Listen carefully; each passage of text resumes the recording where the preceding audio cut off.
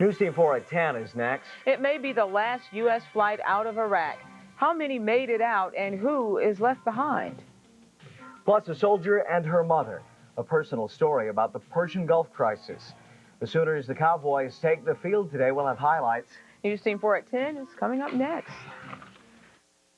This is your 24-hour news and information station, KFOR TV, Oklahoma City.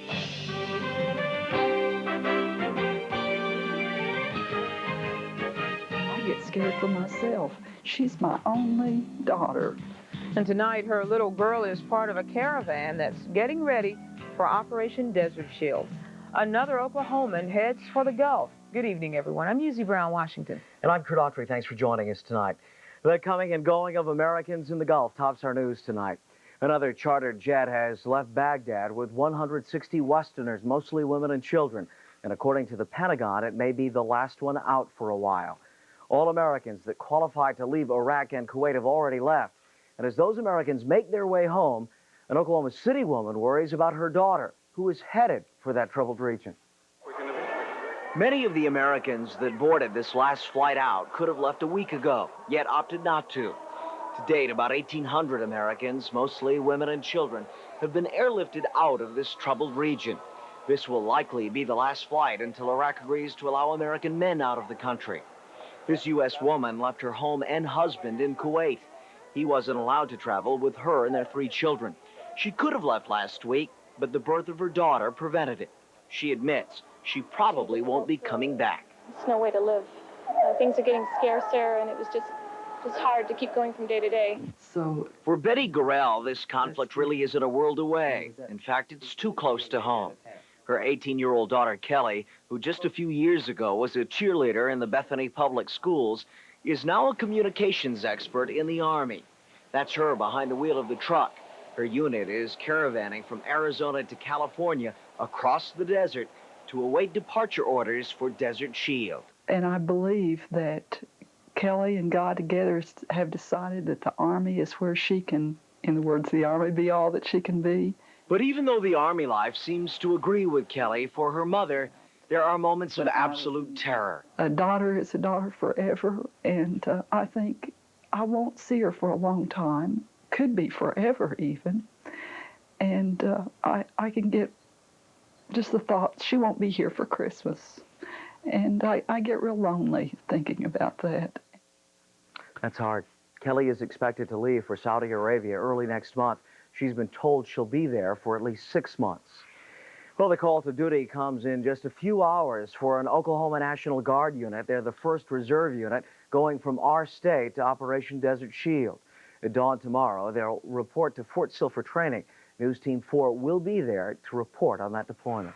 Some predict if war does break out in the Gulf, oil prices could soar to $68 a barrel.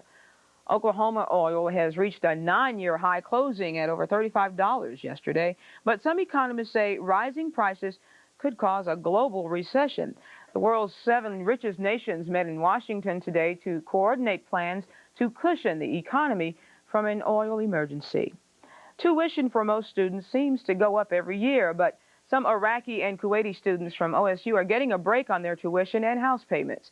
The university president says the Persian Gulf crisis has blocked the flow of money to some foreign students, so he's decided to give them a break, at least until the end of the semester. If the debts aren't paid up by then, Regents say they'll have to reconsider the situation. Police suspect it's murder, but they'll have to wait until Monday to know for sure. That's when the medical examiner's report will tell them what led to the death of a woman whose body was found in a ditch alongside this road. A motorist discovered the body when he pulled over because of car trouble. Investigators believe the nude body may have been in that ditch for about 3 days. Police say they still have no identity. A carnival worker was killed on a state fair ride this morning. He wasn't riding the scream machine. He was only doing a routine maintenance check. The worker evidently got too close to the ride, just as a set of cars suspended from its top ramp gave way. Approximately 11:40 this morning, an operator was doing maintenance and inspection of his machinery. Another employee of Link Attractions apparently got too close to machinery. When the operator let the cart down, the employee was caught in the machinery and crushed. Investigators say that death was not caused by a machinery or technician error, just a tragic mistake. Luckily, a newborn Texas baby is home again after spending the night in a kidnapper's possession. The suspect, Teresa Roberts, allegedly entered this Lubbock hospital, walked into the mother's room, and stole one-day-old Michael Caleb Perez. Now, this case bears an uncanny resemblance to the Whitney Morse kidnapping. Roberts also dressed up as a nurse. A fingerprint record could help police trace your child if he or she is lost or taken. That's why Channel 4 and Dynamark are sponsoring a fingerprinting booth out at the State Fair. Look for it by the Space Needle, and by the way, the service is free. It is still another night away from home for some Midwest City residents. Floodwaters are still keeping some homeowners at bay tonight. Several dozen families in the Crutcho Creek area are still relying on friends or shelters for a place to stay. Thursday's downpour left many of the homes underwater. City fire crews say they're having problems pumping water out, so it may be a while longer before those families can head home, and some of them aren't too happy about the wait. We keep asking them when they think we're going to get back in, and they keep saying, well, we don't know yet, and you know, they just keep giving us the runaround. They keep saying the reason why they won't let us back in is because of electrical lines and stuff like that, but they've already turned all that stuff off. Now, that man says he doesn't even know the extent of the damage to his home because he's not allowed to go back in there yet. Local slumlords being told tonight either board them up or the city will tear them down. Oklahoma City police have complained for years that vacant houses are havens for drugs and crime. And now the city's Neighborhood and Community Services Department is telling property owners the time is running out. Notices are being posted on abandoned buildings stating that the structures are not wanted. It's a safe place for these kids to hide from us, especially at night. They run from us after committing various sorts of crimes and hide from us. They hide their stolen property in here. They do their drugs in here. If you've gotten a notice on your property, you need to call the city's abandoned housing section. The number there, 297-2339. Do that before October 9th. That's when the Oklahoma City Council will decide which buildings should be knocked down, of course, at the owner's expense. An anti-abortion petition drive continues tonight in an unlikely place. I can't wait to petition limit abortions. To what? Limit abortion. How about not have them at all? The Oklahoma Coalition to Restrict Abortion was busy working out at the state fair collecting signatures today. They've already got the 94,000 they need, but wanted to get 10,000 more as a cushion. That petition would outlaw abortion except in the case of rape, incest, or to protect the life of the mother. Well, up next, you may remember a favorite park or playground or creek as a child. It's all changed. Today, many kids prefer a shopping mall over the great outdoors. These little quills aren't that bad, but just kind of touch with one finger there. Later, a close-up look at nature, in case you've forgotten. And up in sports, the unforgettable Sooners doing what they do best. I could get used to this. Pretty pleasant today. But my allergies are really kicking in. I can tell just Hold now. your breath. Yeah, good idea. Thanks, Jim. Well, whatever. Good advice there. Well, here's what's been going on. Let's start by looking at the latest satellite picture. Now, this is from early this morning. A lot of rain activity back in the Big Bend area of Texas, and flood warnings were out there a good bit of the day. Some clouds lingering in southern Oklahoma. To bring you up to date, these clouds have moved out of the state. There's more activity that has developed to our south and east along our frontal system. This section has weakened quite a bit. The heavy activity now has moved across the river down into Mexico, but there's still rains falling to a good bit of southwestern Texas. That's going to be the pattern all back into New Mexico for tonight and tomorrow morning anyway. Here's that frontal position. It's pushed all the way down in the central and southern sections of Texas. Cooler, drier air is falling in from the north, and it's going to be rather cool tomorrow morning compared to what we've been having, and Monday morning even cooler yet. The high actually is up along the northern border of Canada, northern border of the United States, just south of Canada. I'm showing it here. This will progress on southeast. As a matter of fact, by sunrise tomorrow, that high will be in northern Kansas. We'll continue to feed cool, dry air into Oklahoma. We'll see 51 degrees. The rain will be pushed way back in the southwestern Texas and parts of New Mexico. By noon, up in the mid-60s, that high will be over around Ponca City, which means decreasing winds and drier air with it, rain way to our southwest. And for tomorrow evening, by 5 o'clock, that high will start its trip eastward. So we'll be back on the west side of it the first of next week. We'll see some changes back to a little warmer weather by then. Meanwhile, right now, 62 at Gage and Woodward in the Gage-Woodward area and 75 in the southwest at Altus. Here in Oklahoma City, we're at 82 degrees. Was our high. We're at 68 right now. Humidity 46%, a north wind at 10, and pressure is holding steady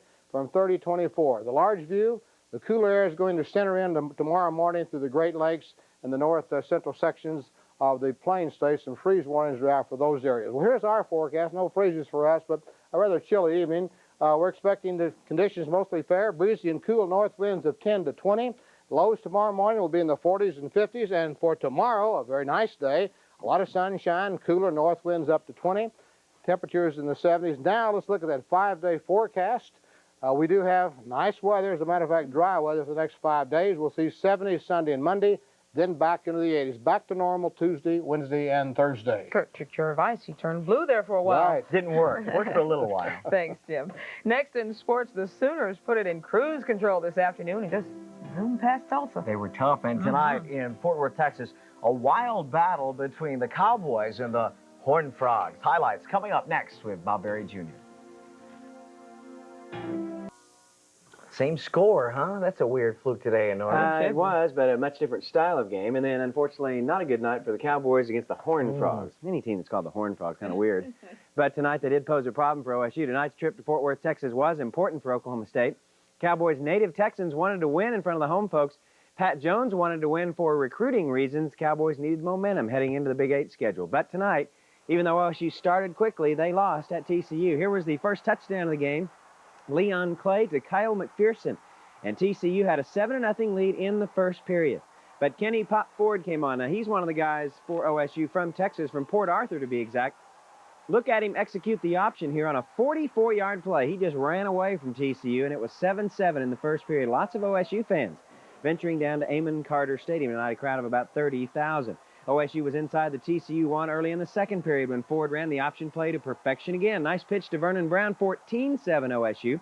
And the Cowboys had a 21-7 halftime lead. Look at this tremendous pass from Earl Wheeler to Curtis Mayfield. Nice scrambling job by the quarterback from Dexter, Missouri. And he hits Mayfield from 43 yards out. And it looked like OSU was going to have fun tonight, leading 21-7 at halftime. But TCU roared back. They tied the game on this play. Coming up, again, Leon Clay, the quarterback, diving in to make it 21-all. TCU got a field goal with 30 seconds to go to lead, and then OSU's Wheeler threw an interception that was returned all the way. And TCU wins the game against OSU tonight, 31-21 in Fort Worth. The Cowboys fall to 2-2. They will not play this next Saturday, 2 weeks from tonight, or from today. They will host Oklahoma in the Bedlam Battle. And there really was little doubt that the Oklahoma Sooners would win today and go 3-0 for the first time since 1987. The only question was, how bad would the Sooners beat Tulsa? Well, it ended with that familiar score, 52-10, the same exact count as last year's game. Tulsa's best players, quarterback T.J. Rubley and wide receiver Dan Bitson, are both out for the season with injuries, and that's why the Sooners were huge favorites.